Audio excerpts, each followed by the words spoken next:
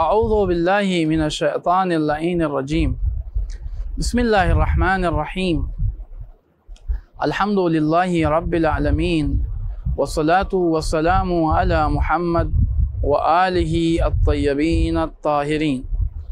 اللہم صلی علی محمد وآل محمد وعجل فرجہم واللعنۃ علی اعدائہم اجمعین من یومنا هذا الى قیام یوم الدین اما بعد فقد قال اللہ تبارک وتعالی فی محکم کتابہ الکریم وهو اصدق القائلین وقوله الحق بسم اللہ الرحمن الرحیم انا علینا للہدی وانا لنا للآخرۃ والأولی صدق اللہ العلی العظیم۔ پروردگار عالم اپنی محکم کتاب قرآن مجید میں یہ ارشاد فرما رہا ہے کہ ہدایت کی ذمہ داری ہمارے اوپر ہے اور دنیا و آخرت کا اختیار بھی ہمارے ہی ہاتھوں میں۔ اللہ تبارک و تعالیٰ نے اس نظام کائنات کو اس طریقے سے خلق کیا کہ ہدایت حاصل کرنے والوں کو بعد میں دنیا میں بھیجا ہے اور ہادی کو پہلے بھیجا ہے تاکہ کل دنیا یہ شکایت نہ کرے، کل انسان بارگاہ خداوندی میں یہ عذر خواہی نہ کرے کہ پروردگار ہم معذور ہیں، ہم عذر لے کے تیری خدمت میں حاضر ہوئے ہیں۔ کیوں؟ وہ کیا عذر ہے؟ وہ عذر یہ ہے کہ پروردگار ہم تو ہدایت حاصل کرنا چاہتے تھے، ہم تو ہدایت یافتہ ہونا چاہتے تھے، مگر کیا کریں، ہمارے سامنے کوئی ہادی نہیں تھا، ہماری خدمت میں کوئی ہادی نہیں تھا، ہمارے زمانے میں کوئی ہادی نہیں تھا۔ اللہ نے کہا نہیں، میں اس کا انتظام پہلے کروں گا، ہادی پہلے بھیجوں گا اور ہدایت حاصل کرنے والوں کو بعد میں بھیجوں گا تاکہ کسی کو یہ شکایت کرنے کا موقع نہ رہے۔ اور چونکہ علم کا بول بالا سب سے زیادہ ہوا امام جعفر صادق علیہ السلام کے زمانے میں، امام جعفر صادق علیہ السلام کو موقع ملا علم کو پھیلانے کا، علم کو لوگوں تک پہنچانے کا، لہذا امام جعفر صادق علیہ السلام کی یہاں بھی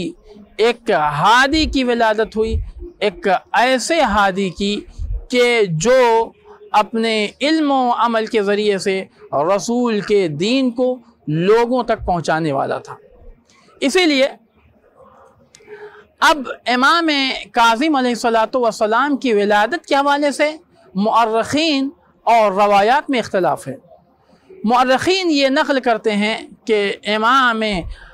کاظم علیہ السلام کی ولادت 7 صفر کو ہوئی ہے،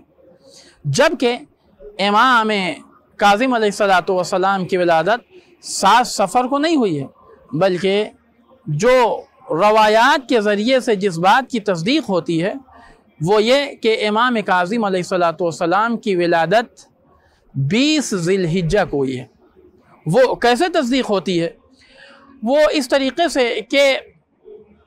امام جعفر صادق علیہ السلام حج کے سفر پر تھے اور اپنے ساتھ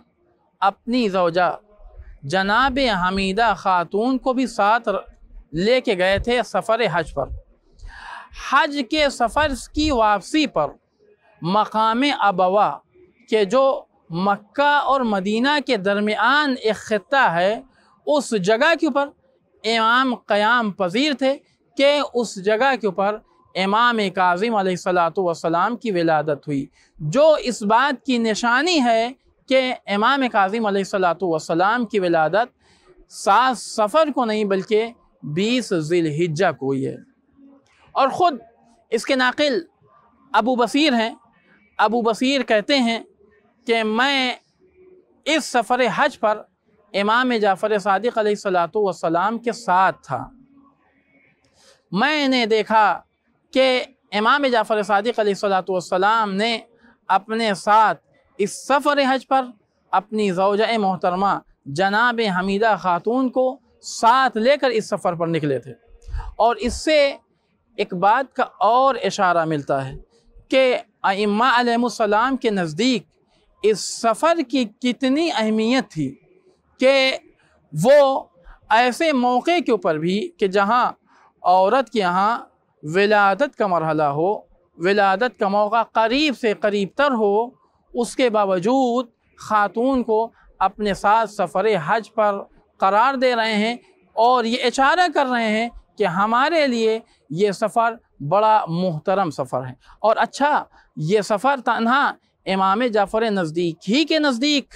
محترم نہیں ہے، بلکہ جناب حمیدہ خاتون کے نزدیک بھی بڑا محترم سفر ہے۔ وَإِلَّا جناب حمیدہ خاتون بھی عام عورتوں کی طرح اگر بہانہ کرنا چاہتی تو بہانہ کر سکتی تھی کہ مجھے اس سفر پر نہ لے جائیے، میرا وقت ولادت قریب ہے، اس ولادت کے موقع کے اوپر سفر پر جانا میرا ٹھیک نہیں ہے، لیکن ایسا کوئی بہانہ نہ کیا، بلکہ امام جعفر صادق علیہ السلام کے ساتھ جناب حمیدہ خاتون کا سفر حج پر جانا اس بات کی علامت ہے کہ اس سفر کا احترام امام جعفر صادق علیہ السلام کے نزدیک بھی بڑا اہم تھا، اور جناب حمیدہ خاتون کے نزدیک بھی یہ سفر بڑا محترم تھا۔ ابو بصیر نقل کرتے ہیں کہ ہم مقام ابوا میں امام جعفر صادق علیہ السلام کے ساتھ مقیم تھے۔ امام نے ہمارے لیے غذا کا انتظام کیا تھا، ہم غذا نوش فرما رہے تھے کہ اسی اثناء میں رسول قاصد پیغمبر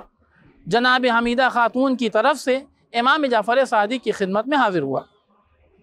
اور حاضر ہو کے کہتا ہے فرزند رسول جناب حمیدہ نے مجھے آپ کی خدمت میں بھیجا ہے اور یہ کہا ہے کہ میری ولادت کا وقت قریب ہے، آپ جلدی میرے پاس تشریف لائیے۔ امام جعفر صادق علیہ السلام بڑی تیزی سے اس قاصد کے ساتھ جناب حمیدہ خاتون کے پاس حاضر ہوئے ہیں، اور کچھ دیر کے بعد ابو بصیر کہتے ہیں تھوڑی ہی دیر کے بعد امام ہماری خدمت میں حاضر ہوئے اور امام کے چہرے پر خوشی کے آثار تھے۔ میں نے سوال کیا فرزند رسول خیر ہے، کیا بشارت ہے؟ امام نے ارشاد فرمایا میرا وہ وارث اس دنیا میں آ گیا کہ جس کا مجھے انتظار تھا، میرے یہاں موسی کاظم علیہ السلام کی ولادت ہوئی ہے کہ جو میرے بعد میرا وارث ہوگا اور تمہارا امام ہوگا۔ والحمدللہ رب العالمین۔